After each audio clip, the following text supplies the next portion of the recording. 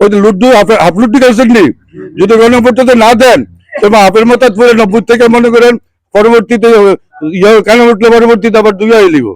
দয়া করে কিন্তু মনে করেন গণভোটটা না ভোটে দিয়েন। তারা কিন্তু গণভোটটা চাইতেছে না, যদি জয়যুক্ত হয় তাহলে মনে করেন তারা 1971 সালের তারা কিন্তু মনে করেন এখানে যে সংবিধান, এই সংবিধানটা বাদ দিয়া নতুন করে সংবিধান লাগবো, নতুন করে বাংলাদেশের স্বাধীনতা অর্জন করতে এই ধরনের কর্মকাণ্ড জড়াইতেছে আর কি। তো দয়া করে কিন্তু গণভোটের ব্যাপারে আপনাদেরকে নির্বাচনের আগে দিয়া বলা হইব যে কি কি কারণে গণভোটটা না হার না কোনটা দিবেন।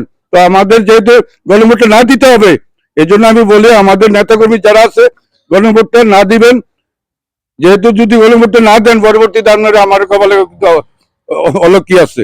তো দয়া করে উৎসব মুখের পরিবেশে 12 তারিখে আপনার নির্বাচনের পর থেকে ভোট দিতে যাবেন।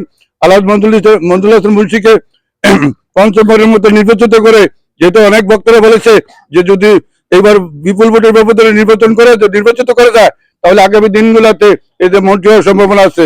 আর যদি মন্ত্রী হয় আমরা অনেক কাজকর্ম পাবো, অনেক উন্নয়নমূলক কাজ করব।